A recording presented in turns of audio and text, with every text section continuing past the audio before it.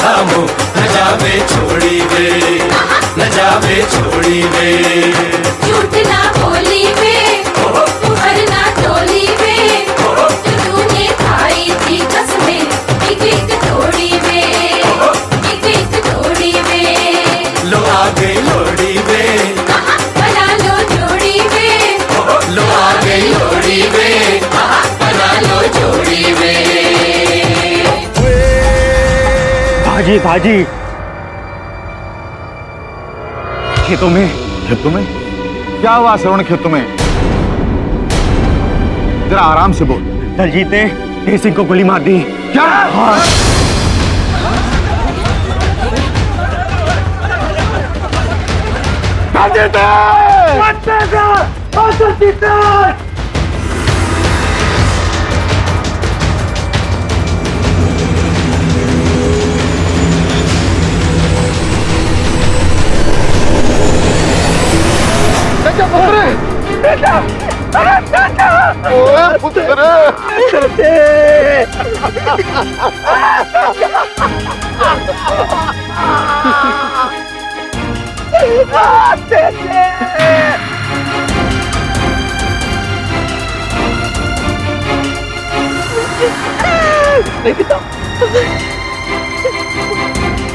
दलजीत वीर जी और तेज प्राण को पुरानी दुश्मनी को लेकर झड़प हो रही थी।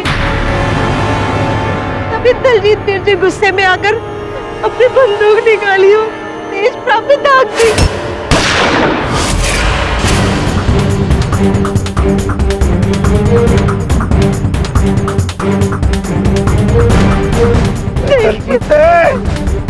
ने मेरे भाई को मार के वर्षों पुरानी दफन दुश्मनी को फिर से जिंदा कर दिया है।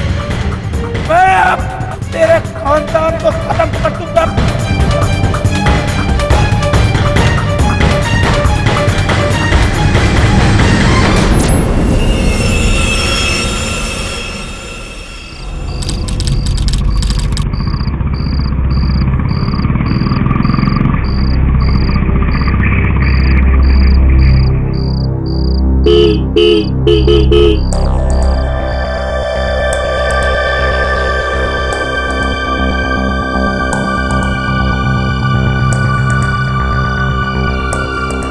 अरे सरबजीत किथे जा रही है? अरे सरबजीत, अरे करतारे देख, तेरी बहन की तो चल लिया, निकल चल लिया।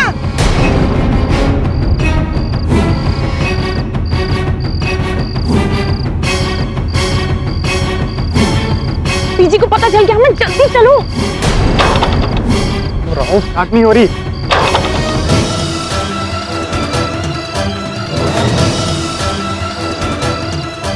अमन बाइक स्टार्ट करो। अरे कर तो रहा हूँ। सरबजीत कौन है बाइक पे?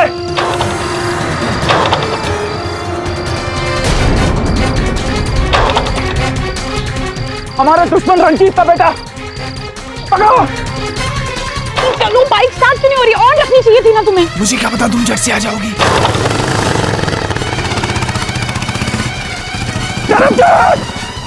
पर दुश्मन के साथ भागी है, कहाँ भागा है? इज्जत का सत्यानाश कर दिया। कहीं के नहीं।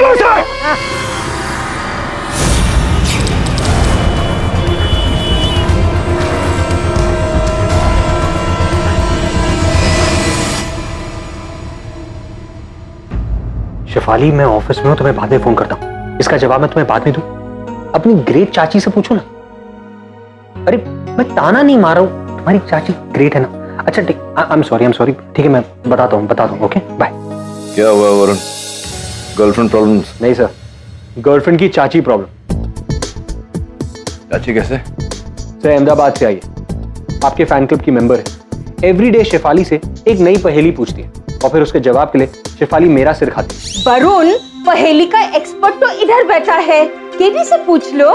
सब देसी टाइप की पहेली है। हरी थी मन भरी थी, लाख मोती जड़ी थी। राजा जी के बाग में दुशाला उड़ खड़ी। Right sir. मेरे को तो क्वेश्चन ही समझ में नहीं आता है। What is the meaning of दुशाला? बिल्ली दुशाला उड़कर खड़ी हो, और दुशाला क्या है नहीं पता। दुशाला मतलब शॉल। शॉल? सर आपको पता है इसका मतलब आपको पहेली का जवाब ही पता होगा। प्लीज बताइए ना। अरे मेरी नानी ने उस पहेली का उत्तर बताया था। विंटेज पहेली। Sir please what's the answer sir? Sir Shefali मुझसे थोड़ा और इंप्रेस हो जाएगी। It's very simple Varun ji. Sir ji हमें माफ करना, हम बिना बताए आ गए। बात ही कुछ ऐसी है। हम दोनों घर से भागकर आए। फगवाड़ा पंजाब के पास एक गांव है धनकपुर, वहां से। आप लोग बैठिए, बताइए बात क्या है। बताइए कष्ट क्या है। सर जी हम दोनों एक दूसरे से प्यार करते हैं, अमनप्रीत और सरबजीत। लिसन, तुम दोनों में से अमनप्रीत कौन है और सरबजीत कौन है? मैं अमनप्रीत और ये सरबजीत। सर जी बात ऐसे है कि हमारी फैमिलीज में परसों पुरानी दुश्मनी है और 2 दिन बाद लोहड़ी के दिन सरबजीत की किसी और से शादी है।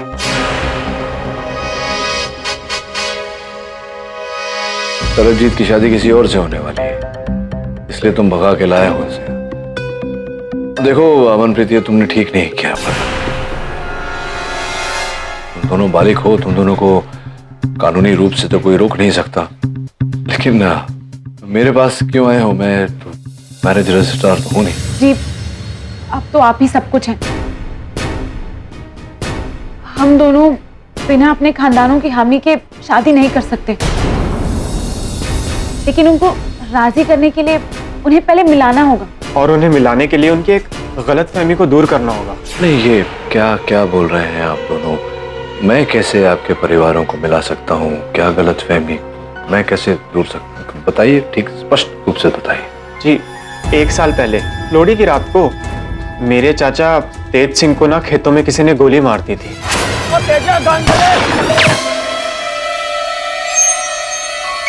और उसका इल्जाम उनके बरसों पुराने दुश्मन और जी सरबजीत के बड़े मौसा जी दलजीत सिंह, उन पे लगा। उनको तो जेल हो गई जी, लेकिन तब से लेके अब तक हमारे खानदान ने एक दूसरे को नहीं देखा। और तो और जी वो एक दूसरे के खून के प्यासे हैं। लेकिन क्या तुम्हारे मौसा ने इनके चाचा जी को? नहीं जी नहीं, मौसा जी को किसी ने फंसाया था। उस रात गोली किसी और ने चलाई थी। सर जी कुछ भी कीजिए, आप उनको बेगुनाह साबित कर दीजिए ताकि हमारे खानदान वाले एक हो जाए और हमें एक होने दें।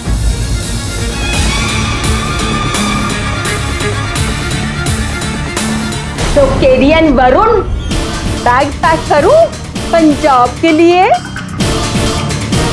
हाँ मिली, कर ही दो। वैसे भी बहुत दिन हो गए सरसों का साग और मक्की की रोटी खाए हुए।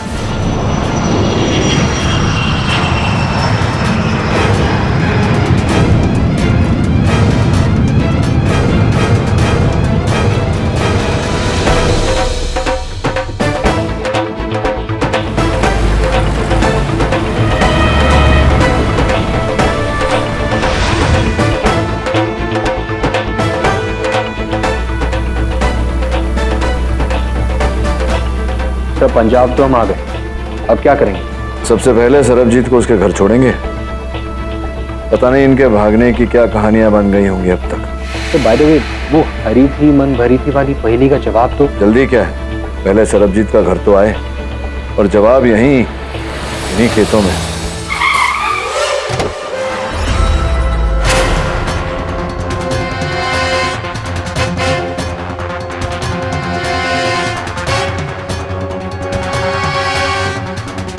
वाह सरदार साहब, क्या स्वागत है। तो तू ही है वो जिसने मेरी बहन को भागने की सलाह दी थी? केडी सर ने भागने की नहीं, लौटने की सलाह दी। कौन सर? KD sir. केड़ा केडी? अरे केडी पाठक मेरा नाम है। तो मशहूर वकील केडी पाठक। जी भाई। हाँ, और अब यही दलजीत को बेगुनाह साबित करें ताकि मैं और सरबजीत।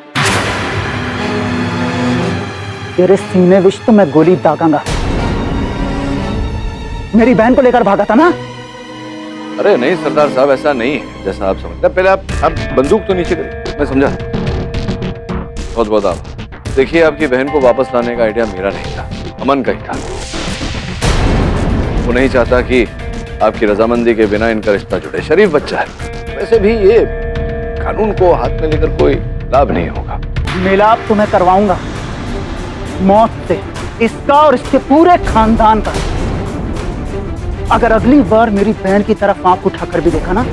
देखिए आप मेरी बात तोड़ने आए हो? और सर जी कुछ चीजें ना टूटने के बाद जुड़ती नहीं है। जोड़ सकते हो, जोड़ के दिखाओ।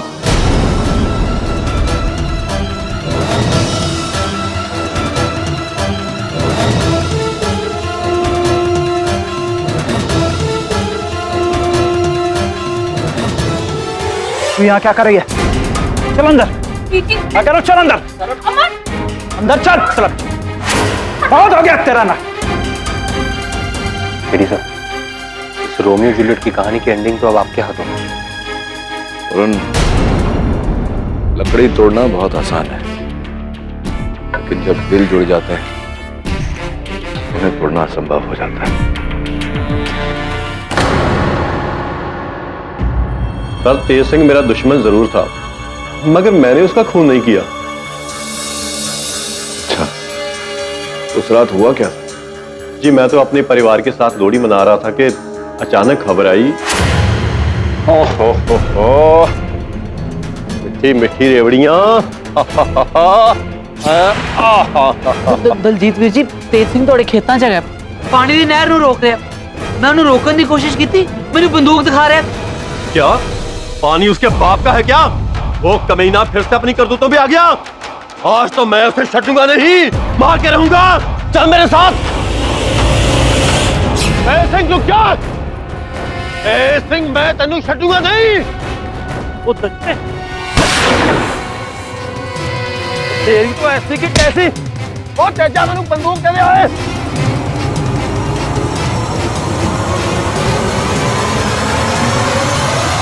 ओ तेजा गन दे दे।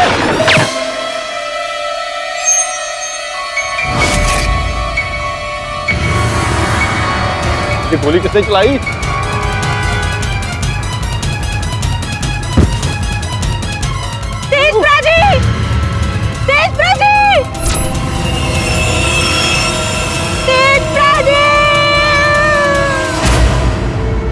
इसका ये अर्थ होता है कि उस रात आपकी बंदूक से 2 गोलियां चली। सर, पहली गोली मैंने चलाई उसे डराने के लिए, लेकिन वो मुझ पर ही भड़क गया और मेरी बंदूक से ही उसने मुझ पर गोली चला दी। वो तो जल्दी से मैंने बंदूक दूसरी तरफ घुमा दी, लेकिन तीसरी गोली किसने चलाई कुछ पता ही नहीं चला और उसी गोली ने उसकी जान ले ली। मतलब उस रात आपकी राइफल से एक गोली आपने चलाई, एक तेज सिंह ने चलाई, और आपके अनुसार तीसरी गोली भी चली थी जो किसी और ने अपनी राइफल से चलाई थी। किसी पर संदेह है आपको? जी, तेज सिंह की मौत के बाद उसके हिस्से की सारी जमीन उसके सौतेले चाचा बल्लू सिंह को मिल गई, जो उस रात खेतों में था। अच्छा, बल्लू सिंह। कोई तो फिक्र ना कर, ये केडी पाठ कुछ नहीं बिगाड़ सकेगा इस केस का, और ना ही दलजीत को हम बाहर आने देंगे जेल से, समझा?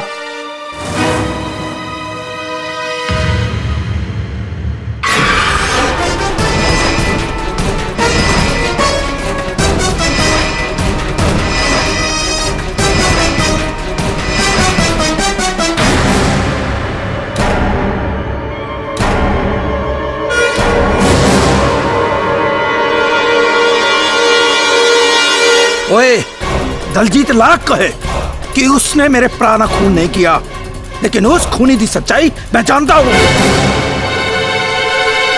और अगर उस केडी ने उसे बचा भी लिया तो हम वाहेगुरु दी सौ उसे जान से मार डालेंगे। मास्टर जी को किसी ने हाथ भी लगा दिया ना तो कसम वाहेगुरु की, चल हाथ तो उखाड़ देंगे। अरे रुकिए, क्या कर रहे हैं आप लोग? केस का फैसला होने से पहले ही आप लोगों ने अपना अपना फैसला कर लिया। थोड़ा सब्र कीजिए, कानून को अपना काम करने दीजिए। आइए अंदर, केस की सुनवाई शुरू होने वाली। आइए प्लीज।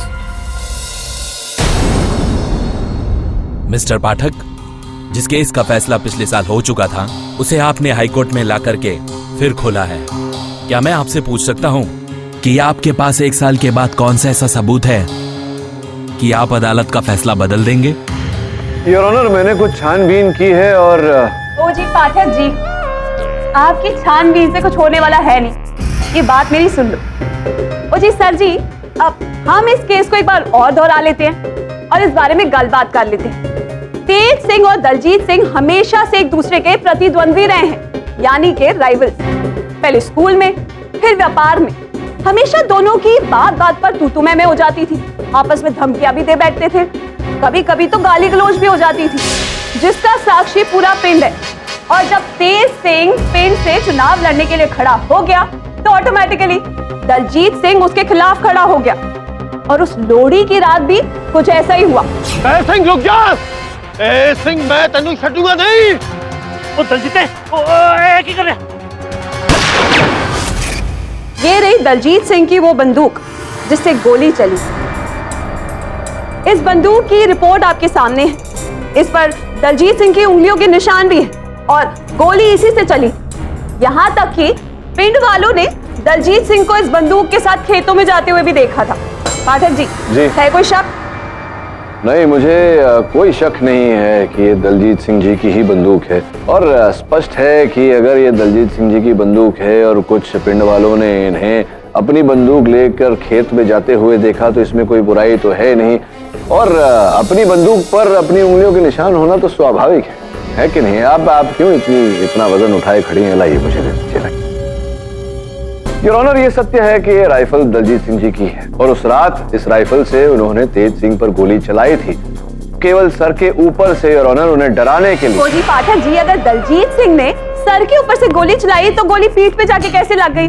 कोई जादू है क्या? नहीं, जादू से नहीं योर ऑनर, ट्रिगर से चली थी गोली। एक दूसरी गोली भी चली थी जो तेज सिंह जी ने चलाई थी। वो गोली योर ऑनर। पाठक जी, जाहिर सी बात है कि तेज सिंह की खुद की चलाई हुई गोली उसको खुद पीठ में तो लग नहीं सकती। बड़े जोक। यही तो प्रश्न है सिमरन जी कि गोली किसने चलाई, कहाँ चलाई, कैसे लगी। इसी समस्या का समाधान करने में यहाँ आया हूँ योर ऑनर। इतना ही नहीं, पिछली सुनवाई में जो अहम सबूत यहाँ पेश किया गया था योर ऑनर, दलजीत सिंह जी का ये कुर्ता जो उस रात उन्होंने पहना था, जिस पर तेज सिंह जी के खूनी पंजों का छाप लगा है। इस कुर्ते को देखकर मेरे मन में ये प्रश्न उठा है योर ऑनर कि अगर तेज सिंह जी के पीठ पर दलजीत सिंह जी ने गोली चलाई तो स्पष्ट है कि उनका पीठ इनकी ओर रहा होगा और इन्होंने गोली चलाई होगी तो तेज सिंह जी आगे की ओर गिरे होंगे, दलजीत सिंह जी की ओर नहीं। तो अगर आगे की ओर गिरे तो उनके खूनी पंजे का छाप दलजीत सिंह जी के कुर्ते पर आया कैसे? ओ जी पाठक जी, ये भी तो हो सकता है कि जब तेज सिंह को गोली लगी तो वो पीछे मुड़ गया और शायद उसने दलजीत सिंह का गिरेबान पकड़ने की कोशिश की हो। है कोई शक? नहीं, शक तो मुझे पहले से हो रहा है सिमरन जी इस पूरे केस पर। होने को ये भी हो सकता है कि तेज सिंह जी अगर उठे होते तो एक और गोली मार दी होती। दलजीत सिंह जी ने इसमें क्या कष्ट, है ना? देखिए सिमरन जी, अभी मुझे कुछ नहीं देखना, देखेंगे आप। अच्छा। और आप ही सुनेंगे भी। इस घटना के 9 चश्मदीद गवाह में लेके आ रही हूँ, तो अपने पहले गवाह को बुलाने की इजाजत चाहिए मुझे। अनुमति है।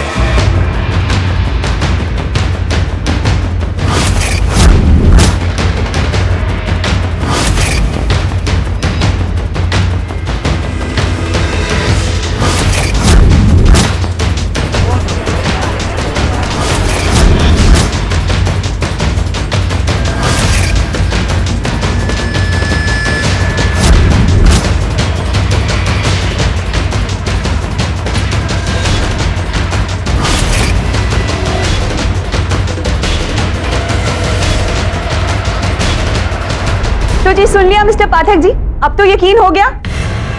जी सिमरन जी, मैंने सुन भी लिया और समझ भी लिया कि आपके इन सारे चश्मदीद गवाहों ने दलजीत सिंह जी को अपना बंदूक लेकर खेत की तरफ जाते हुए तो देखा, लेकिन इन्हें किसी ने तेज सिंह की हत्या करते हुए नहीं देखा। तो फिर कहाँ के चश्मदीद गवाह हुए?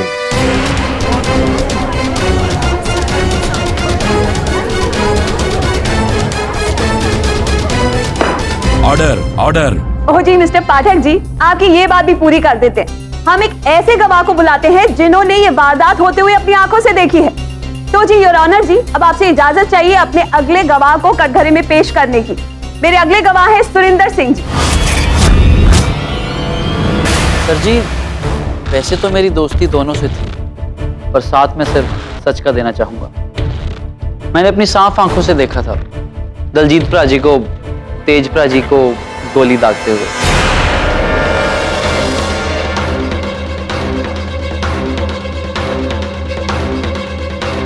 पीठ पर चलाई थी उन्होंने गोली, और मेरे साथ संतो भी थी।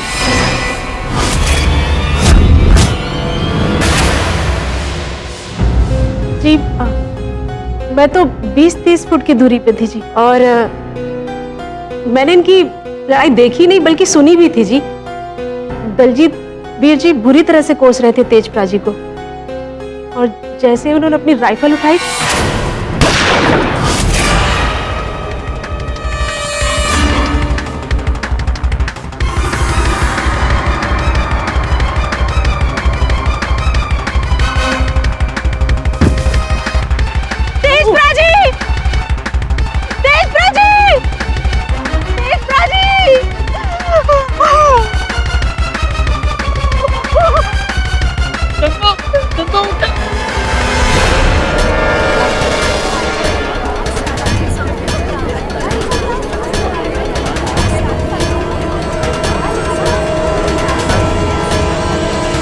यही हुआ था जी उस रात।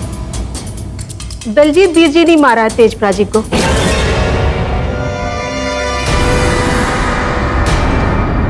थैंक यू संतो जी। तो जी पाठक जी, कोई शक या फिर नो शक? Court is adjourn till tomorrow.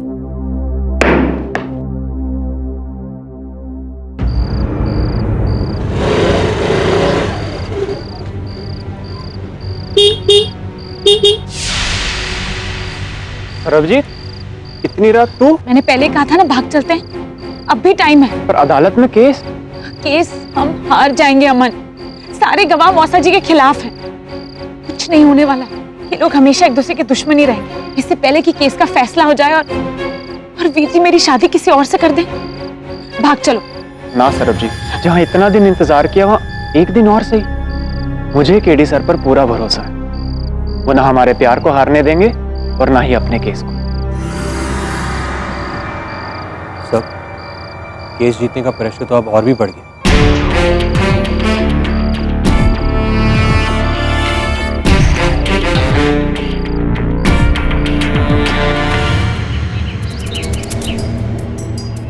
Varun, Daljit के कथन के अनुसार वो उस दिशा से आया और तेज सिंह यहां खड़ा था, दलजीत की ओर मुंह करके। वो लकड़ी उठा दे। समझ ले, तू दलजीत है, तेरे हाथ में बंदूक। तूने मेरे सर के ऊपर से गोली चलाई। तो स्पष्ट है कि गोली उस दिशा में गई होगी, जिसे ढूंढना होगा हमें। तो गोली ढूंढो? 1 साल के बाद गोली मिलेगी? ढूंढने से तो ईश्वर भी मिल जाता। Right sir.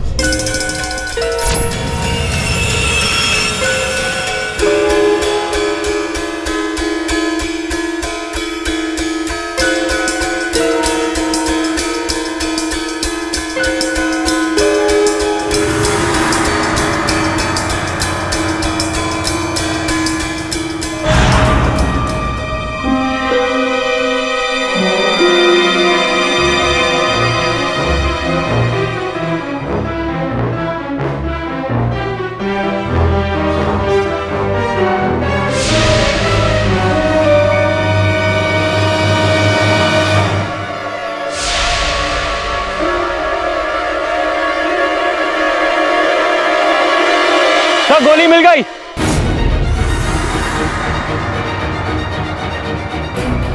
ये तो वैसी ही गोली है जैसी दलजीत सिंह अपने राइफल में रखा था। सर, दलजीत की गोली तो मिल गई। अब वो गोली ढूंढते हैं जो तेज सिंह ने चलाई थी। एक मिनट, ये बात पहले क्यों नहीं सोची? कौन सी बात सर? बताता हूँ, ये रख। तेज सिंह की चलाई गोली तो हमें मिलेगी नहीं, क्योंकि उसी गोली से उसकी हत्या हुई है। Sir, how is it possible? Tej Singh को गोली पीठ पर लगी है, और कोई अपने आप को पीठ पर गोली कैसे मार सकता है? सर, ये तो गलती से भी नहीं हो सकता है। सर, 1 मिनट, मुझे कुछ समझ में नहीं आ रहा है। आप कह रहे हैं कि कोई तीसरा आदमी है जिसने तेज सिंह को मारा है? चल घटनास्थल पर चल। एक बार घटनाक्रम को फिर से दोहराना पड़ेगा। बंदूक उठा फिर। तो ये हुआ कि दलजीत ने तेज सिंह के सर के ऊपर से गोली चलाई। वो दोनों में हाथापाई हुई और फिर तेज सिंह ने बंदूक को छीनने की कोशिश की। दूसरी गोली वहां चली और फिर गोली आपकी पीठ पर लगी। मेरा मतलब है तेज सिंह की पीठ पर लगी। कहां से, कैसे? और वहां ठीक पीछे संतों का घर। तो संभव है कि संतों ने गोली चलाई हो जो तेज सिंह के पीठ पर लगी। सर मुझे कुछ समझ में नहीं आ रहा, आगे पीछे कौन कहां खड़ा था। मेरा सिर्फ एक सवाल, अगर तेज सिंह ने गोली आगे की तरफ चलाई है तो फिर वो गोली उसकी पीठ पर कैसे लगी? How is it possible? या फिर दलजीत सिंह झूठ बोल?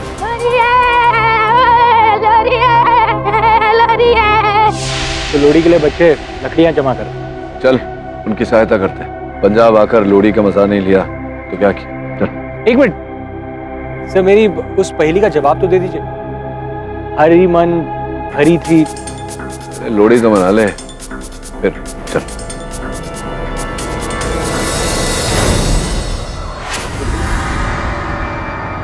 सर आपने बताया नहीं लोड़ी क्यों मनाते? वरुण, ये लोरी वर्ष के सबसे छोटे दिन और लंबी रात पर मनाई जाती है। एक प्रकार का प्रतीक है फसल कटने की और किसान के नए वर्ष की शुरू होने की।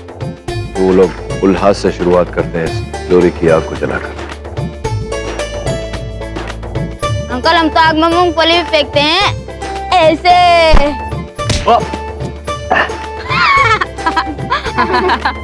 ठीक तो है? कुछ नहीं सब, मूंगफली लकड़ी पर लगकर मुझे लग गई। तेरे साथ ही हो सकता है।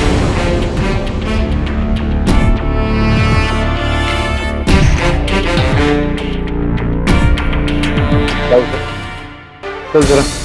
कहाँ? केस का समाधान ढूंढे। तब पता नहीं केडी से को क्या दिख जाता है जो मुझे नहीं दिखता। केडी से जरा जो होता है वो दिखता नहीं, और जो दिखता है वो होता नहीं। जो भी हो अब तो अदालत में ही पता चलेगा। चल। अदालत की कार्रवाई शुरू की जाए। प्रोसिक्यूटर साहिबा पहले आप। ओ जी मिस्टर योर ऑनर जी, पिछली अदालत में तो सिर्फ मैं ही बोली, आज तो मिस्टर पाठक जी के जवाब देने की बारी है। या फिर ये कहे कि मिस्टर पाठक जी के पास मेरे बड़े बड़े गवाह और उनके बयान सुनने के बाद शायद कोई जवाब बचा ही नहीं। क्यों जी मिस्टर पाठक जी? नहीं, सही बोला आपने। मैं आज जवाब नहीं दूंगा, सवाल पूछूंगा आपके इन बड़े बड़े गवाहों से। और संभव है कि मेरे सवाल पूछने के बाद में आपके पास कोई जवाब न बचे। सबसे पहले संतो। हाँ तो संतो जी, आपके कथन के अनुसार आपने मेरे मुवक्किल वो जो सामने खड़े हैं दलजीत सिंह जी, उन्हें आपने देखा कि उन्होंने तेज सिंह जी पर गोली चलाकर उनकी हत्या की। ये सब देखा आपने? जी मेरी नजर बड़ी पक्की है जी। नजर पक्की है आपकी? जी।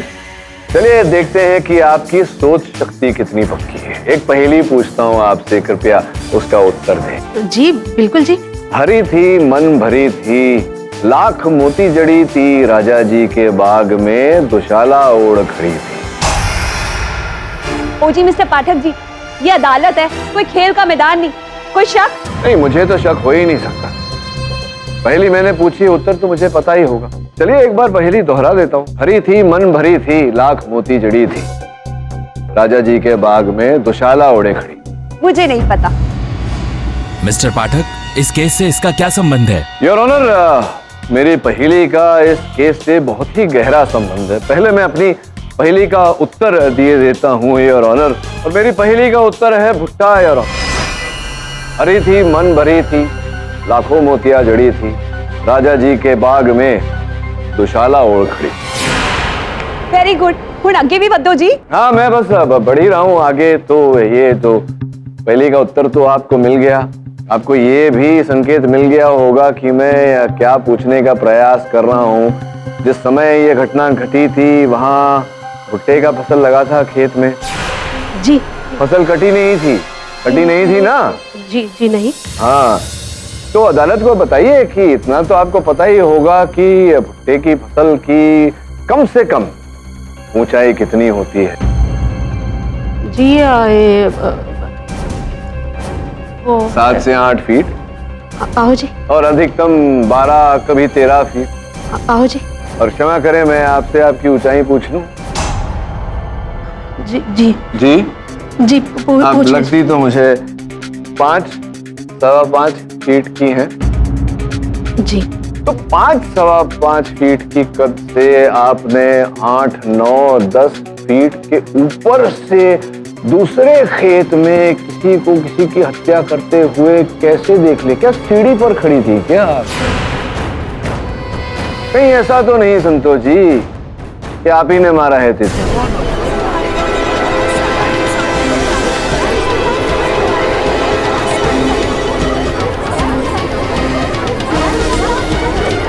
तो 5 सवा 5 फीट की कद से आपने 8 9 10 फीट के ऊपर से दूसरे खेत में किसी की हत्या करते हुए कैसे देख ले? क्या सीढ़ी पर खड़ी थी क्या? कहीं ऐसा तो नहीं संतोष जी कि आप ही ने मारा है तिथे?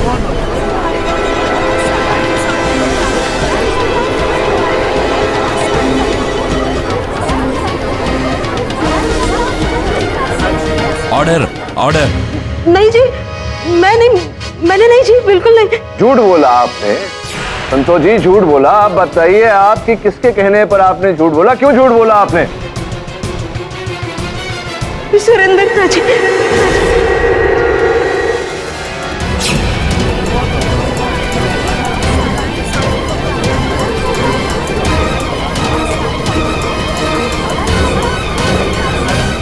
Order order.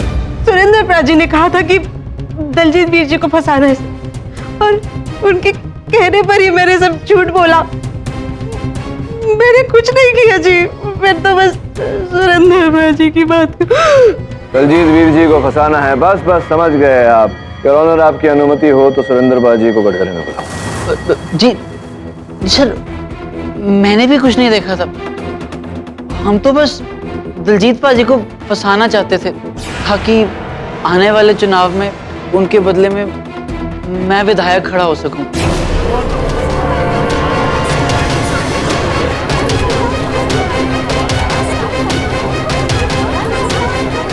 इसका मतलब तेज सिंह को? ना जी, मैं तो वहां था भी नहीं, ना मैंने किसी को मारा और ना संतों ने। हाँ मैं जानता हूँ कि न संतों ने मारा तेज सिंह जी को, ना आपने मारा। तो जी अगर इन्होंने नहीं मारा तो इनके सिवाय कौन मारेगा? यानी दलजीत सिंह ने ही तेज सिंह को मारा है, कोई शक? नहीं, दलजीत सिंह जी ने भी नहीं कत्ल किया। मैं जानता हूँ कत्ल किसने किया।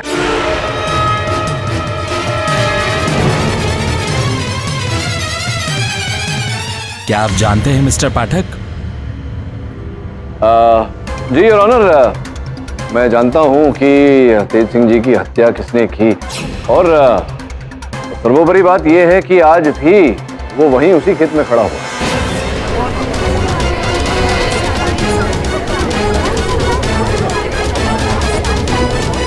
वाह वाह, मानना पड़ेगा, कातिल में बड़ी हिम्मत है।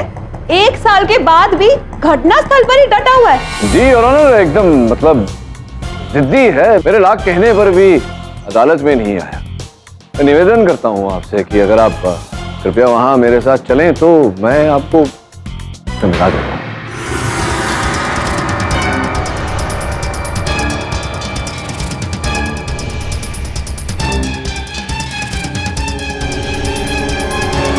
ओ जी mister Pathak ji, I don't believe this.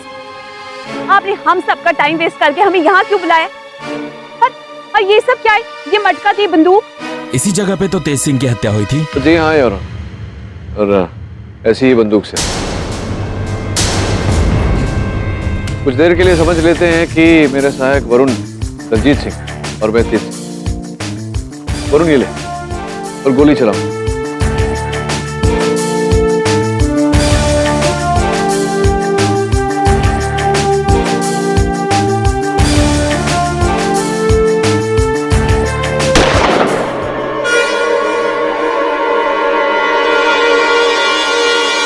Varun ये ले और गोली चलाओ।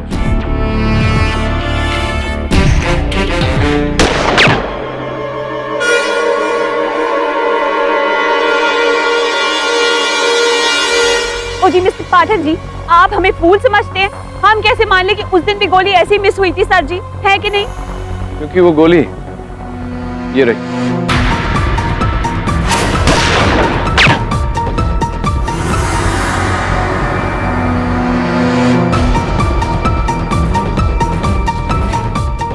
जो हमें बिल्कुल ठीक पीछे पेड़ से प्राप्त।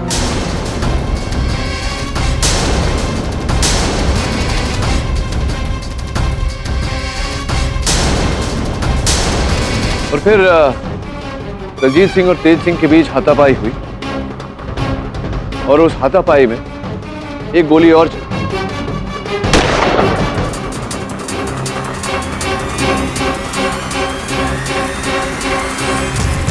ओ जी, ओ मिस्टर पाठक जी, ये कैसे हो गया? आपने तो गोली उल्टी दिशा में चलाई थी, गोली से मटका कैसे फूट गया है जी? ये तो इस केस का आधार है पीपी साहब। आज मटका फूटा उस दिन तेज सिंह की पीठ।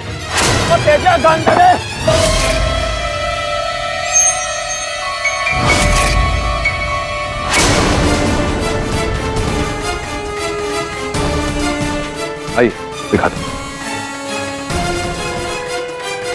ये देखिए,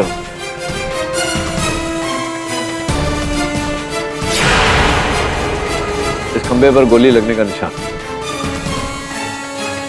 वो ये कि अभी अभी जो गोली मैंने चलाई वो इस खंबे से टकराई और लौटकर मटके पर लगी।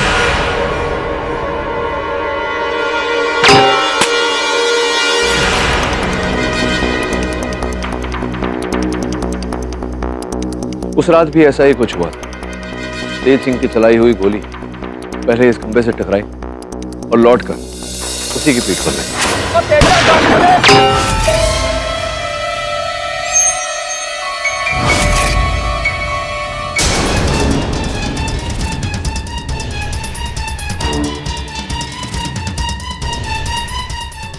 एक सेकंड।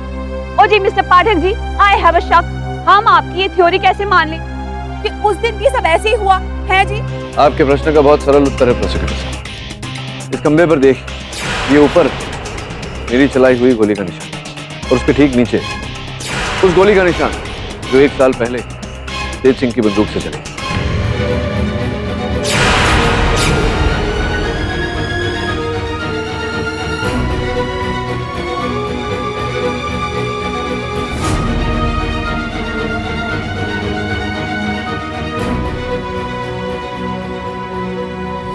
योर ऑनर, इस बात की जांच तो बैलिस्टिक्स बहुत आसानी से करते हैं। योर ऑनर, मैंने आज तक कई ऐसे केसेस लड़े जहां मुझे साबित करना पड़ा है कि वो हादसा नहीं, हत्या था। किंतु ये परिस्थिति, ये घटना, ये मुकदमा कुछ अलग है। यहाँ हत्या नहीं, केवल संयोग के चलते हादसा हुआ था। कोई हत्यारा नहीं, केवल एक दुर्घटना। अब आगे क्या कहूं? The defence lawyer. मिस्टर पाठक की दलील की जांच बैलिस्टिक एक्सपर्ट के द्वारा किए जाने के बाद अदालत का यह मानना है कि वो सही है। तेज सिंह की मौत एक हादसा है। इसलिए अदालत दलजीत सिंह को निर्दोष मानते हुए माजरात और मुआवजे के साथ बाइज्जत बरी करती है। The case is closed. सिमरन जी, कोई शक? ओ जी पाठक जी, बहुत बहुत धन्यवाद। नो शक।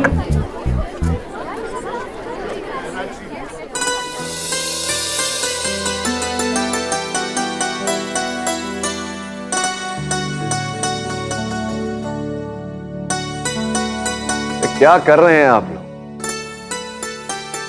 जोड़ी का पर्व है, अब तो दुश्मनी भी खत्म हो गई। गले तो मिलिए।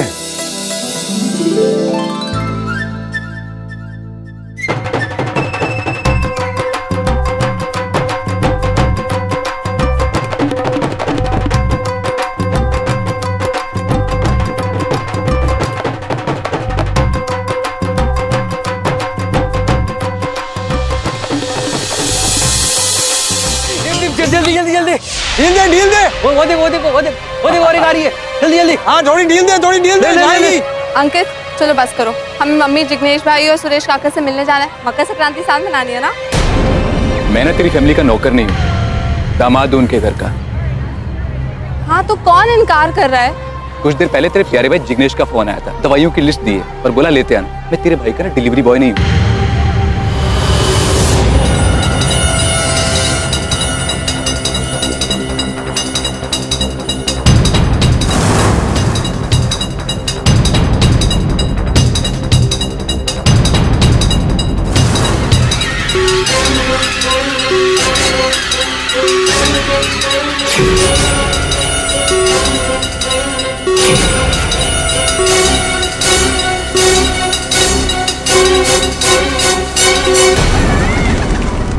वो देख गुलाली पतंग।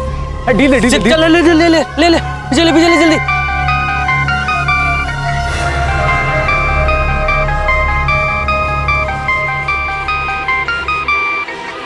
हेलो, हाँ ठीक है, मेरे इशारे का इंतजार करना।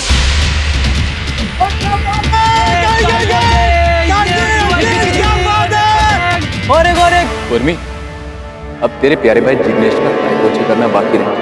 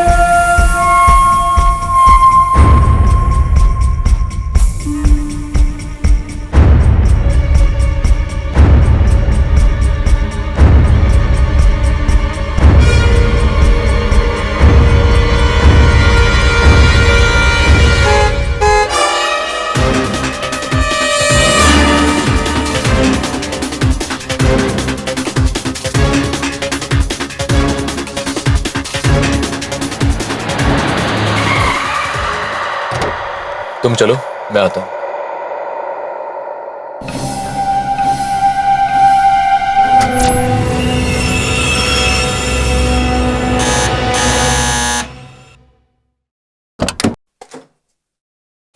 जय श्री कृष्ण। जय श्री कृष्ण। जय श्री कृष्ण सुरेश काका। Thank you.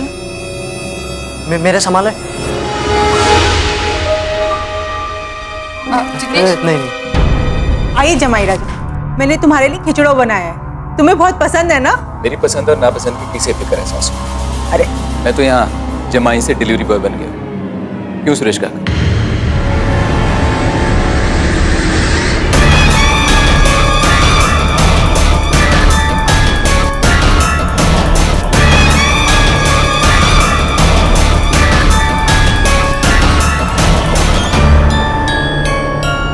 जिग्नेश भाई, क्या देख रहे हो? वो लाइट्स वाली पतंग है ना, कितनी सुंदर।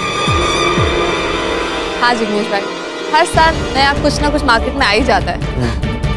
अच्छा चलो, अब मिलके खिचड़ा खाते हैं। तुम चलो, मैं आता हूँ। जल्दी आना। हाँ पक्का।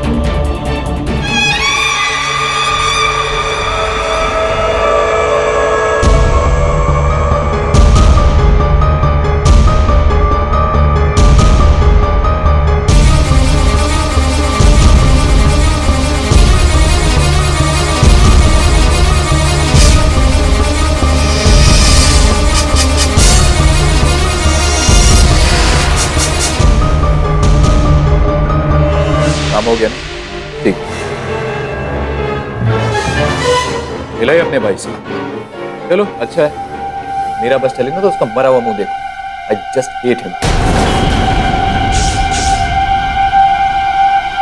जल्दी अपना हाथ चलाओ।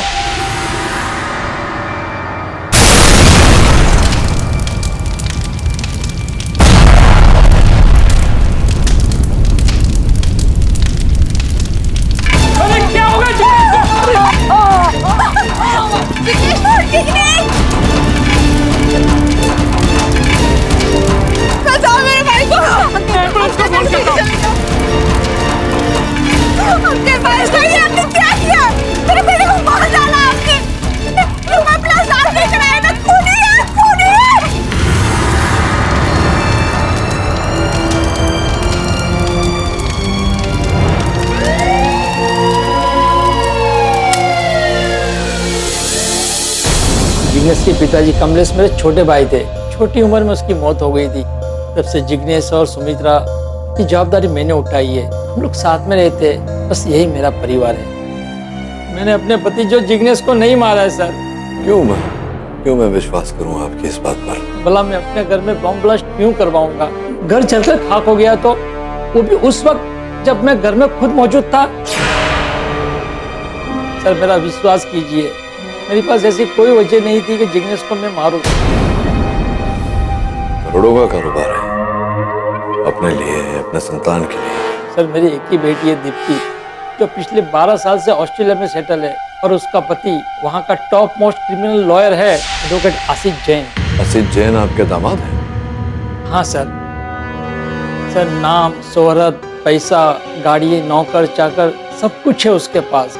मेरी फटाके की फैक्ट्री का 100% उसके लिए कोई मान्य नहीं रखता सर। सर आप चाहो तो मेरा बिल चेक कर सकते हो। मेरे पास जो भी है मैंने सब चैरिटी संस्था को डोनेट कर दिया है।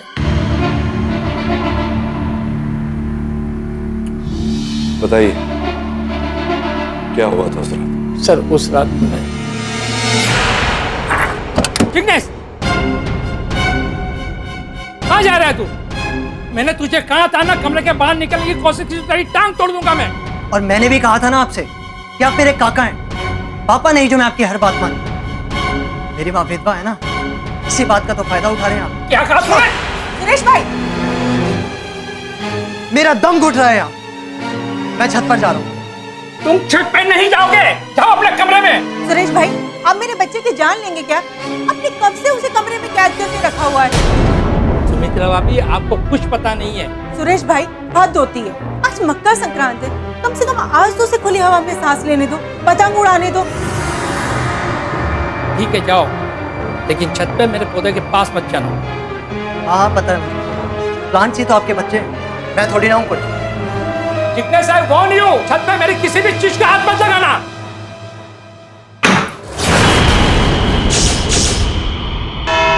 योर ऑनर, मैं आपको बताती हूँ एग्जैक्टली उस रात हुआ क्या था।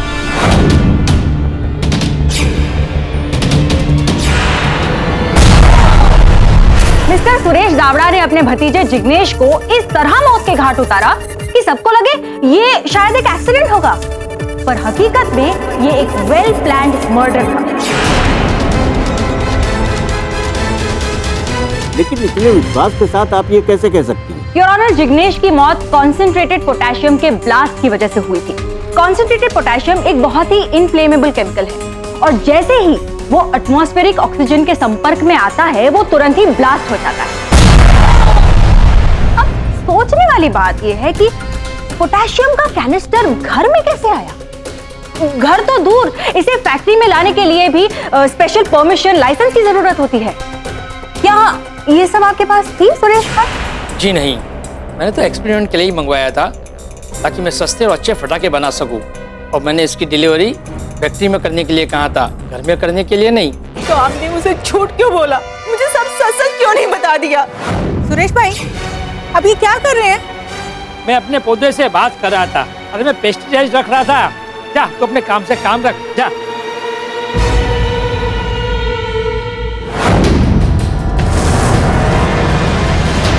सुमित्रा का स्वभाव ही ऐसा है, बहुत सवाल पूछती है, बिना वजह बात का पतंगड़ा बना देती है, इसलिए मैंने उससे सच नहीं कहा। योर ऑनर, माना कि सुरेश जी ने वर्जित रसायन अपने घर में रखा, ये अपने आप में एक अपराध है और इस अपराध का दंड इन्हें मिलना चाहिए। किंतु इससे ये कहाँ प्रमाणित होता है योर ऑनर कि जिग्नेश की हत्या इन्होंने की? एग्जैक्टली माय लॉर्ड, मैंने तो सुमित्रा के सामने जिग्नेश को कहा था कि छत पे मेरी किसी भी चीज को हाथ मत लगाना, पर उसने पोटेशियम पर एक कैंस्टर को छू लिया। उसमें मेरी क्या गलती? इसी को तो कहते हैं foolproof planning. Your honour, Suresh Dawda ने रिवर्स साइकोलॉजी यूज की है। नहीं, रिवर्स साइकोलॉजी मतलब एक मिनट, मैं आपसे पूछना चाहता हूँ, क्या ये सत्य है कि जिग्नेश को जो करने को कहा जाता था उसके विपरीत ही करता था? वो ऐसा सिर्फ सुरेश भाई के साथ करता था। सुरेश भाई उसे जो भी कहते थे जिग्नेश उसका उल्टा ही करता था। जिग्नेश जब 14 साल का था तो उसके पिता की हार्ट अटैक की वजह से डेथ हो गई। तब सुरेश भाई ने फैक्ट्री की और जिग्नेश की जिम्मेदारी अपने सर पर ले ली। लेकिन जिग्नेश और सुरेश भाई की कभी आपस में नहीं बनी। लेकिन सुरेश भाई इतने स्ट्रिक्ट थे, वो जो भी कहते थे ना जिग्नेश हमेशा उसका उल्टा ही करता था। और 14 जनवरी की रात को भी यही हुआ योर ऑनर।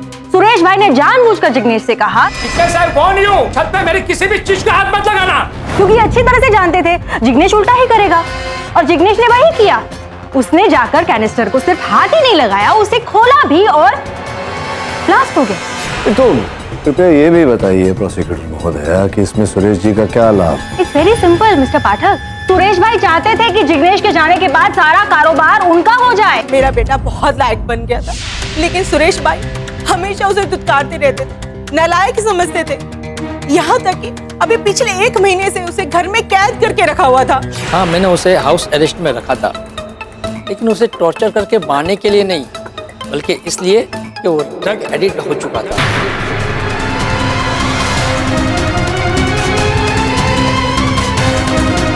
मैंने उसे रंगे हाथ पकड़ा था।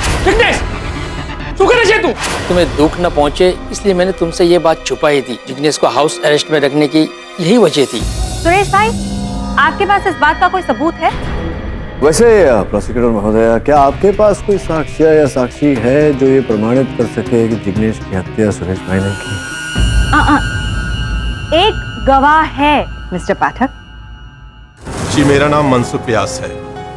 मैं उत्कर्ष पब्लिकेशन का प्रोपराइटर हूँ। इस देश के उभरते हुए कवियों और गजलकारों को प्रोत्साहन देना मुझे अच्छा लगता है। जिग्नेश एक बहुत ही अच्छा कवि था। मैं उसकी इस छिपी हुई कला को देश के सामने लाना चाहता था। मैं चाहता था कि वो मेरे पब्लिकेशन के लिए एक काव्य संग्रह लिखे जिससे उसकी कला देश के लोगों तक पहुंचे। लेकिन जिग्नेश, तुम बहुत जल्दी इस देश के सबसे बड़े कवि बनने वाले हो। तुम्हारे काम के लिए तुम्हें कितने पैसे दूं ये मुझे समझ में नहीं आ रहा। और मुझे सुरेश काका समझ नहीं आ रहा। क्या हुआ? सुरेश काका ने मेरा जीना हराम कर दिया। उन्हें ना तो मैं पसंद हूं और ना ही मेरा काम। मुझे तो डर है या तो वो मुझे या मैं। मुझे बहुत टेंशन हो रही है। आप प्लीज मेरे रहने का कोई इंतजाम करा दीजिए। मनसुख जी, जिग्नेश की दूरभाष यंत्र की सूची के अनुसार आप ही वो अंतिम व्यक्ति थे जिनसे मृत्यु के पहले उसकी वार्तालाप हुई थी। जी, अंतिम का तो पता नहीं, लेकिन जी हाँ, मैंने जिग्नेश को कॉल किया था उसकी तबीयत के बारे में जानने के लिए। उस वक्त वो बहुत टेंस था और मैं ये भी जानना चाहता था कि वो कब मुझे अपनी कविताओं के संग्रह को दे रहा है। योर ऑनर, केवल मनसुख जी नहीं, एक और व्यक्ति है जिनसे मरने से पूर्व जिग्नेश ने वार्तालाप की थी, उनके जीजा जी अंकित पलेजा। जी, मैं एक केमिस्ट शॉप पे बतौर फार्मासिस्ट काम करता हूँ। जिग्नेश को कुछ दवाइयाँ चाहिए थी, इसलिए उसने मुझे फोन किया। तो आप दवाइयों के साथ में वो पोटेशियम बॉम्ब भी ले गए?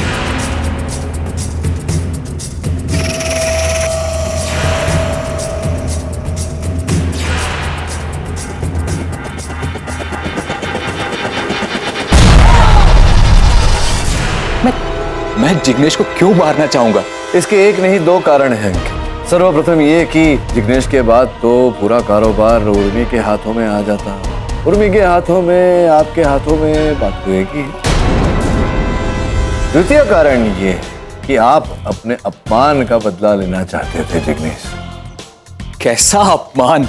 आपको याद तो होगा कि आपकी पत्नी उर्मी के कहने पर जिग्नेश ने अपनी कंपनी, अपने कारखाने एक्सीलेंट फायरवर्क्स में आपको बतौर सुपरवाइजर रखा था, किंतु 6 ही महीने में आपको नौकरी से बर्खास्त कर दिया गया। और चूंकि आप जिग्नेश के जीजा जी थे, आपका सम्मान वो रखना चाहते थे, आपको उन्होंने चुपचाप कहा था निकल जाने को बिना शोर मचाए। जो अपमान आपका हुआ था उसी अपमान का बदला लेने के लिए आपने जिग्नेश को मारा है।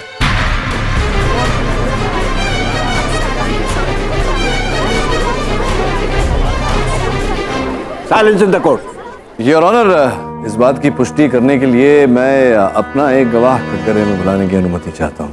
My name is Anthony Fernandes. Excellent fireworks में स्टॉक इंचार्ज का काम करता था। वहां पे मेरे को अंकित घपला करने का लालच दिया, लेकिन घपला करने के टाइम पे जिग्नेश भाई हम लोग को रंगे हाथों पकड़ लिया और नौकरी से निकाल दिया। इस बात का हम दोनों को बहुत गुस्सा आया। तभी अंकित मेरे को बोला कि वो बम बना सकता है। अगर मैं उसको फैक्ट्री से पोटेशियम और बाकी की चीजों का इंतजाम करके दे दूं तो वो बम बना लेगा और 14 जनवरी को उड़ा देगा। अपन उसकी बातों में आ गया साहब।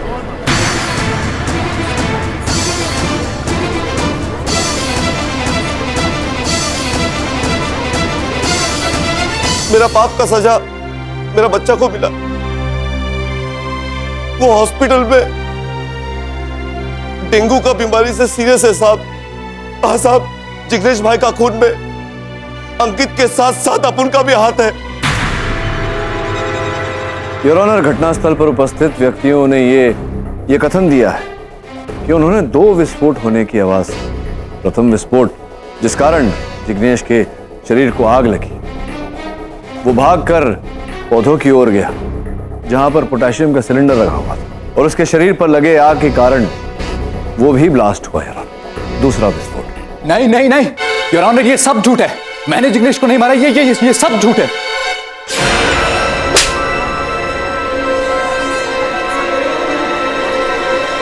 क्या कहा था तुमने? मेरे भाई का कायपोची करना बाकी है ना? तो इस सब का यही मतलब था?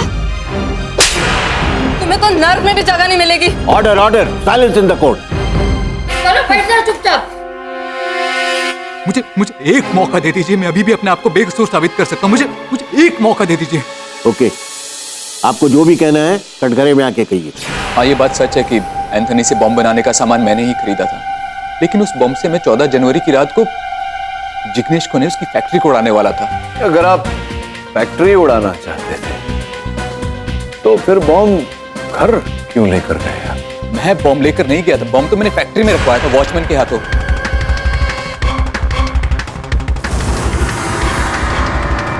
और इस काम के लिए मैंने वॉचमैन को 50,000 रुपए दिए थे। जब रात को फैक्ट्री बंद हो जाए और सारे वर्कर्स निकल जाए, उसके बाद हमारा फैक्ट्री उड़ाने का प्लान था। उससे पहले ही घर में ब्लास्ट हो गया और जिग्नेश मर गया।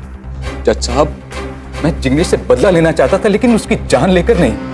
तो आपने वो बम वॉचमैन द्वारा वहीं फैक्ट्री में रखवाया था और आप कह रहे हैं कि आप वो बम घर नहीं लेकर गए, तो फिर वो बम वहीं होना चाहिए फैक्ट्री में।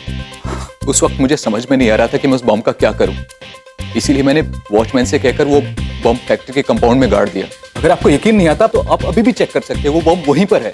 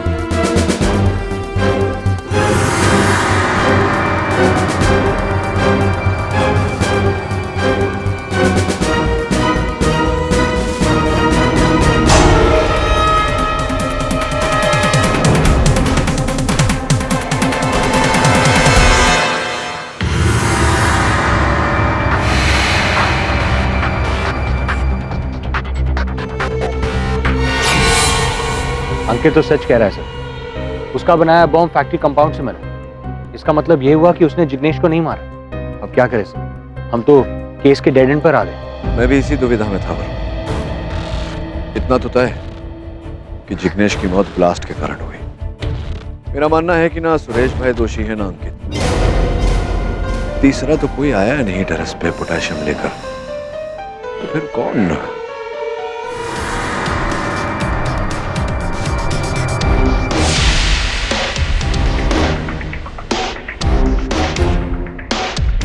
कितनी अजीब बात है वरुण। मकर संक्रांति के दिन आकाश पतंगों से भरा हुआ होता है और दूसरे दिन पेड़ों पर पतंगों की ढेर।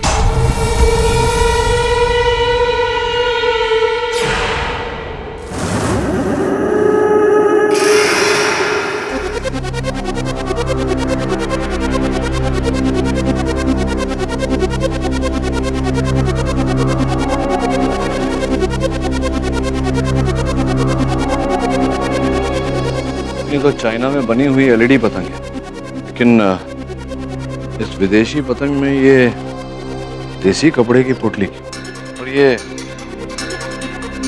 एक ही पतंग में दो डोर। कोई पतंग में दो डोर क्यों बांधेगा? चाइना वाले हर साल अजीबोगरीब पतंग लॉन्च करते रहते हैं, तो इनके दिमाग की भी ना दाद देनी पड़ेगी। पता लगा कि यहाँ आसपास में सब विचित्र पतंग कहाँ बिकता है। सब अगर ऐसी विचित्र पतंग के बारे में आप इंक्वायरी क्यों करवा रहे हैं? क्योंकि कभी कभी विचित्रता में ही विशेषता छुपी होती है।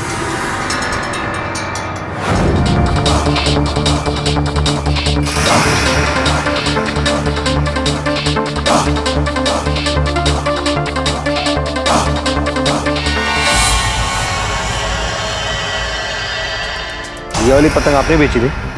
जी नहीं, ऐसी पतंग तो पूरी मुंबई में एक ही होलसेलर के यहाँ मिलेगी। मुस्तफा पतंग वाला, दादी सेठ, 11वीं लेन, 10वीं गली। ये पतंग तो हमारी दुकान से ही बिकी है, लेकिन ऐसी एक नहीं 7 पतंग बिकी थी।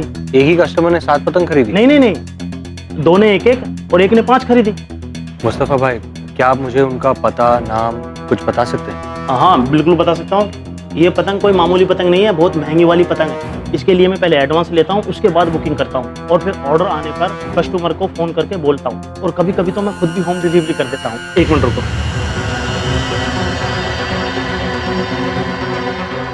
ये रहे, ये तीनों के नाम और एड्रेस। अरे 1 मिनट रुको भाई, जरा फिर से वो काइट वाली तस्वीर दिखाना। देखिए सर, ये पतंग तो हमारी है, लेकिन इसमें पोटली, ये मांझा हमने नहीं लगाया, पता नहीं कहां से है। ये वाली पतंग आप ही ने खरीदी थी? हाँ, मैंने अपने बेटे के लिए खरीदी थी। अभी दिखाता हूँ। एलईडी वाली पतंग है।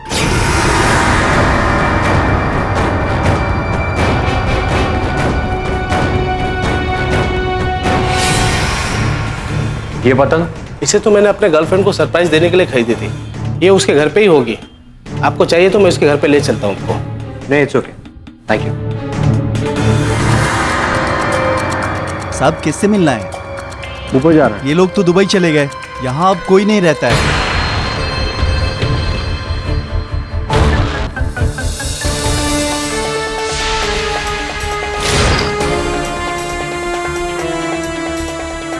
सर, उस तीसरे कस्टमर ने तो झूठा नाम और पता दिया। इसका अर्थ ये होता है कि वो अपनी पहचान छिपाना चाहता। जी सर, इसलिए मोबाइल नंबर भी गलत है। ये जब पेड़ पर तुझे पतंग मिला तो इसकी कन्नी जो है, धागा, किस दिशा में था? तो साउथ। साउथ, दक्षिण की ओर, अर्थात उत्तर में पतंग फंसा। इसे उड़ाया था किसी ने दक्षिण की ओर से। और ये इसकी डोर की लंबाई मापी तो नहीं? जी हाँ सर, 603 मीटर। ये डोर देख रहा है। जब पतंग फंसा उसने खींचने की कोशिश की होगी, पतंग पेड़ से निकला नहीं होगा। ये देख, कैंची से काटी है उसने। सर, कैंची से ही क्यों? हाथ से क्यों नहीं? हाथ से असंभव है, नायलॉन की डोर है, हाथ से नहीं टूटती।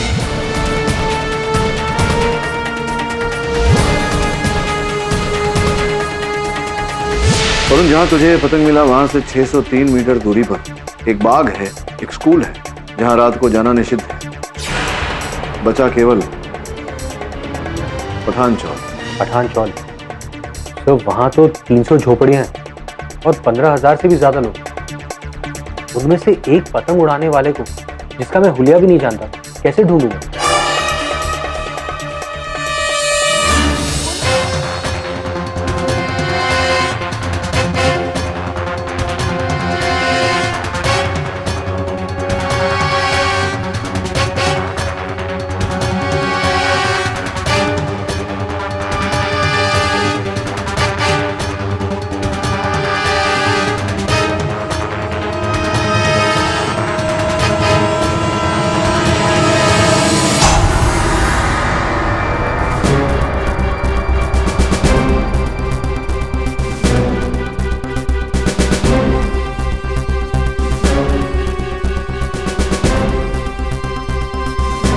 भैया जी, आप इस आदमी को पहचानते हैं?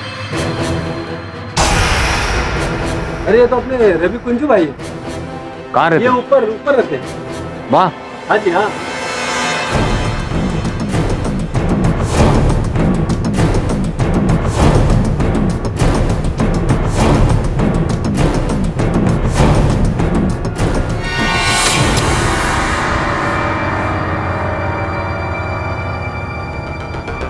केडी साहब, घर का पता चल गया और नाम का भी। उसका नाम रवि कुंजू है, लेकिन एक ही प्रॉब्लम है सर, दरवाजे पर ताला लगा हुआ है।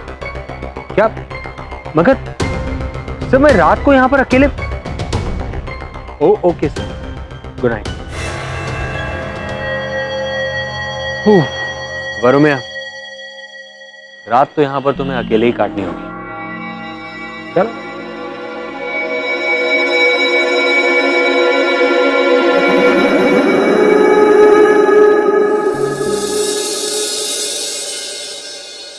भैया एक टूथपेस्ट और ब्रश देना।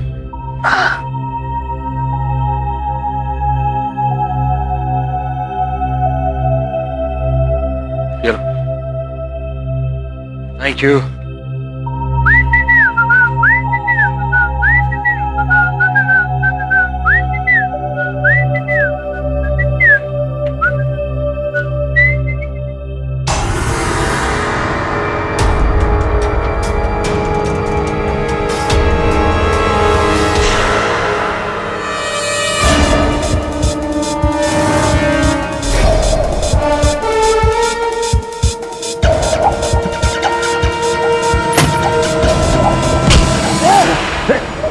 जरा हिलने डुलने की कोशिश की ना तो गोली से उड़ा दूंगा, समझा? चल बता, तूने जिग्नेश को क्यों और कैसे मारा? बोल। बता दो, बताता हूं।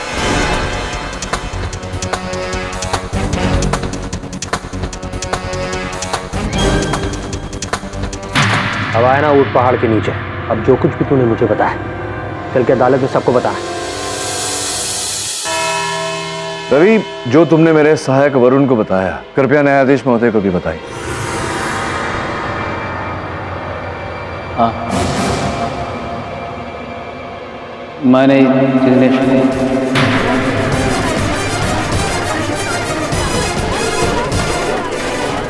Silence in the court. क्यों की जिग्नेश की हत्या? क्या दुश्मनी थी आपकी उसके साथ?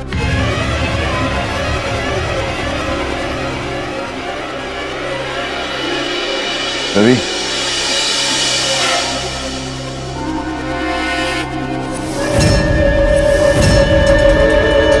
रवि, जिग्नेश को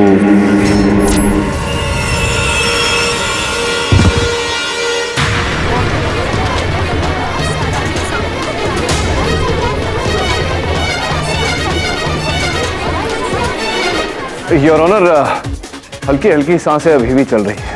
मैं आपसे निवेदन करता हूं कि तुरंत इन्हें अस्पताल ले जाया जाए। इस केस के बहुत ही महत्वपूर्ण साक्षी हैं। या call the ambulance fast. Sir अब क्या करें? कुछ नहीं कर सकते वरुण, रवि के स्वस्थ होने की प्रतीक्षा करनी पड़ेगी। पर क्यों सर? हमें तो पता है कि हत्यारा कौन है। रवि ने हमें सब कुछ बता दिया, फिर कल हम अदालत में सब कुछ बता देते। नहीं वरुण, अगर अदालत में ये बात बताई तो नुकसान हमारा ही होगा। सर्वप्रथम तो अदालत मेरी बात मानेगी नहीं, क्योंकि यहाँ साक्षी और साक्ष्य की आवश्यकता पड़ती है, और द्वितीय जो असल अपराधी है वो भी सतर्क हो जाएगा। और अगर रवि ठीक नहीं हुआ तो? अगर वो ठीक नहीं हुआ तो असल अपराधी कभी पकड़ा नहीं जाएगा।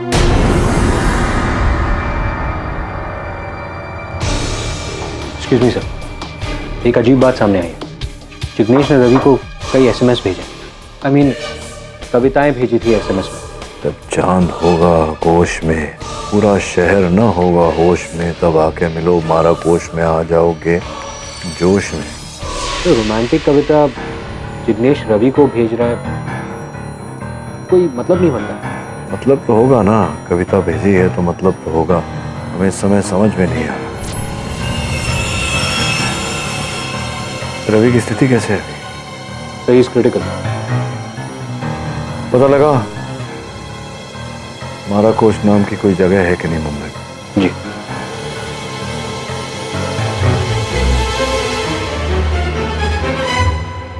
जिग्नेश की हत्या बुलेट्स द्वारा की गई थी। बुलेट द्वारा? जी। ऐसे कैसे मुमकिन है? नहीं, अगर बुलेट से जिग्नेश पर वार किया गया होता तो उसके बॉडी में छेद होने चाहिए थे। नहीं, छेद होने चाहिए थे, लेकिन छेद नहीं थे क्योंकि ब्लास्ट हुआ था। तो एग्जैक्टली, तो ब्लास्ट कैसे हुआ था बताएंगे मिस्टर पाठक? ब्लास्ट हुआ इस पतंग द्वारा हुआ था। यू मीन टू से ये काइट मर्डर वेपन है? जी जी। मिस्टर पाठक आप क्या कह रहे हैं? मेरी कुछ समझ में नहीं आ रहा। नहीं समझ में आएगा, वो मैं समझाऊंगा, तत्पश्चात आपको समझ में आएगा। तो मैं समझाता हूँ, आप समझने का प्रयास करिए। Thank you. तो योर ऑनर, जैसा कि मैं कह रहा था, वो बुलेट्स विशेष प्रकार की होती हैं। इस प्रकार की बुलेट्स हैं यार। इन बुलेट्स की विशेषता ये है कि इनमें पोटेशियम पाउडर भरा जाता है। 15-20 फीट की ऊंचाई से गिराने पर किसी भी वस्तु के संपर्क में आते ही इसका जो टॉप है योर ऑनर, वो खुल जाता है और उसके अंदर भरा पोटेशियम पाउडर बाहर आ जाता है। एटमॉस्फेरिक ऑक्सीजन के संपर्क में आते ही विस्फोट होता है। ऐसा ही योर ऑनर उस दिन जिग्नेश के साथ भी हुआ।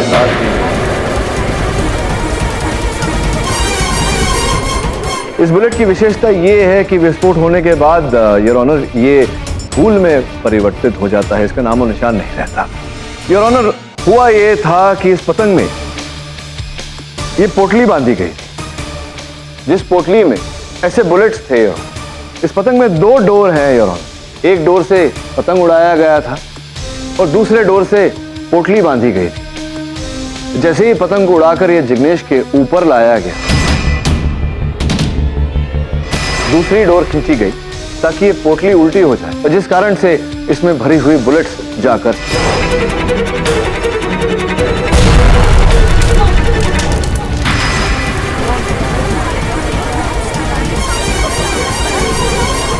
योर ऑनर, मैं अदालत को सूचित करना चाहता हूं कि रवि ही था जिसने इस पतंग द्वारा इस पतंग में वो ब्लास्टिंग बुलेट्स डालकर जिग्नेश की हत्या की। और जिस विचित्र माध्यम से जिग्नेश की हत्या की गई है, उससे कहीं अधिक विचित्र उसे मारने का कारण था।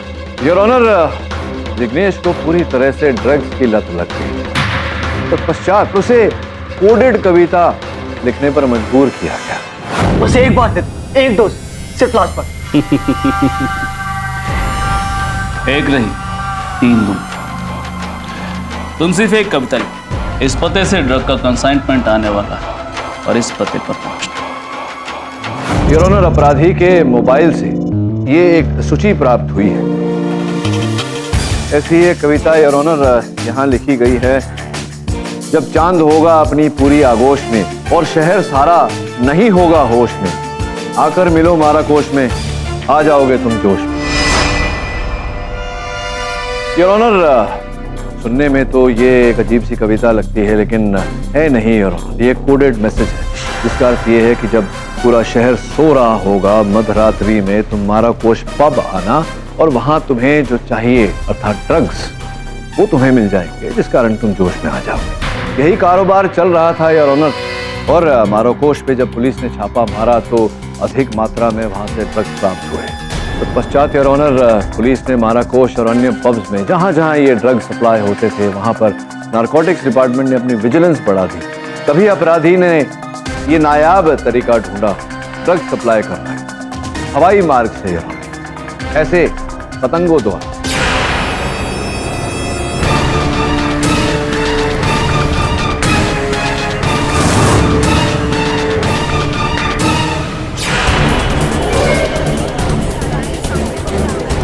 ये सब रवि ने बताया। अगर ऐसा है तो पुलिस ने अब तक उसका स्टेटमेंट जमा क्यों नहीं किया अदालत में?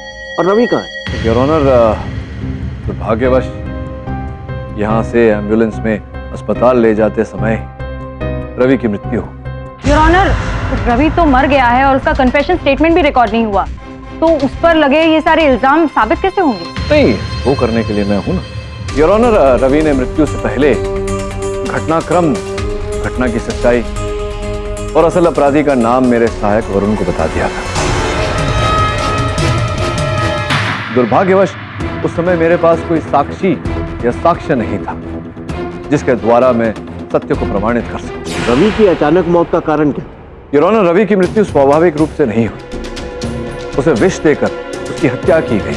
योर ऑनर, रवि की मृत्यु स्वाभाविक रूप से नहीं हुई, उसे विष देकर उसकी हत्या की गई। और जब हमें इस बात का पता चला, मैंने डॉक्टरों से निवेदन किया कि उसके मौत के समाचार बाहर न जाने दें, क्योंकि मुझे विश्वास था कि असल अपराधी वहां अस्पताल अवश्य पहुंचेगा उसकी हत्या करने के लिए, और ऐसा ही हुआ।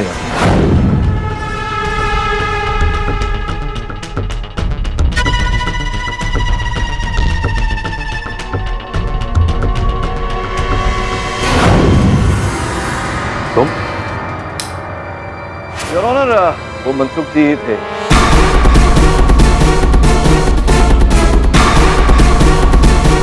जिन्होंने अस्पताल में मृत रवि को एक बार फिर मारने का प्रयास किया और ये प्रमाणित कर दिया कि इस पूरे षड्यंत्र के पीछे यही था। आगे बोलिए। बुक पब्लिशिंग तो एक खबर था, असल में मैं एक ड्रग माफिया चलाता हूं।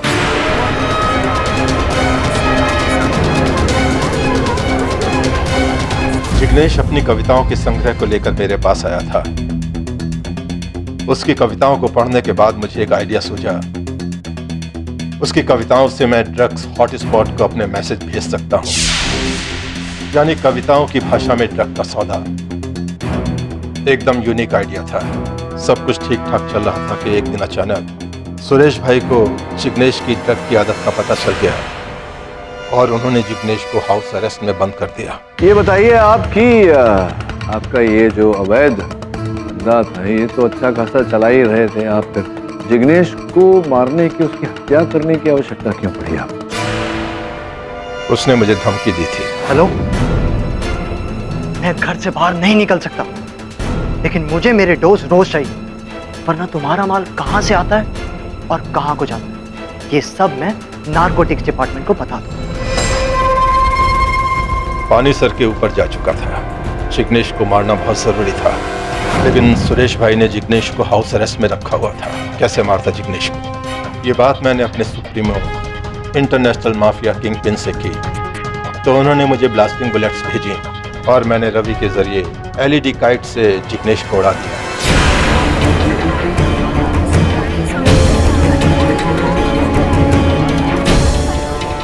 Order order.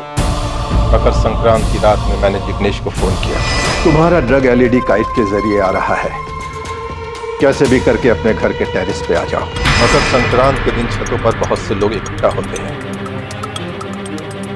गन से बुलेट फायर की जाती तो रवि पकड़ा जाता, लेकिन आकाश में किलर काइट पर किसी का ध्यान नहीं जाता, और ऐसा ही हुआ। किसी का ध्यान गया भी नहीं। ओ, ये जो पतंग का एक कोना जला हुआ है, उसी से मुझे इस बात का संकेत मिला कि संभवतः विस्फोट होने के बाद में रवि ने पतंग वापस खींचने में विलंब कर लिया होगा, जिस कारण से पतंग का कोना जल गया। ऐसा ही हुआ। रवि की इस एक गलती ने मेरा सारा प्लान चौपट कर दिया। ये रवि की उंगली कटी हुई थी। वरुण, तुरंत रवि के शव का पोस्टमार्टम करवा। मौत का कारण पता लगा। मुझे संदेह है कि रवि की भी हत्या की गई और संभवतः मांझे की डोर से ही कटी हुई थी उसकी उंगली, और उसके शरीर में विष भी पाया गया। अब दिन भर तो रवि मेरे सहायक वरुण के साथ था, तो संभवतः रात ही में विष आप ही ने दिया था उसे। जिस एलईडी काइट से जिग्नेश की मौत हुई थी वो पेड़ पर फंस गई थी, लेकिन ये बात रवि ने मुझसे छिपाई थी और इसी कारण से उस एलईडी काइट के जरिए आपका असिस्टेंट मेरा पता लगा रहा था।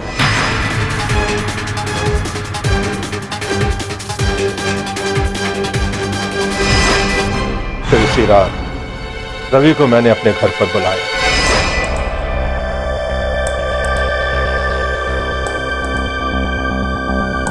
कैसे हो बाबू? रवि, तुमने मुझसे झूठ बोलकर बहुत बड़ी गलती की। तुमने कहा था कि एलईडी काइट को पेड़ से उतारकर तुमने उसे बर्बाद कर दिया था। फिर वो एलईडी काइट केडी पाठक के पास कैसे पहुंच गई? सॉरी बापू, मैं डर गया था, लेकिन आप चिंता मत कीजिए, उस केडी पाठक को तो मैं ठिकाने लगाऊंगा। वाह मेरे शेर, तुमसे यही उम्मीद थी। मंदिर उड़ाएगा? ठीक है बाबू, लाओ ट्राई करता हूँ। लो।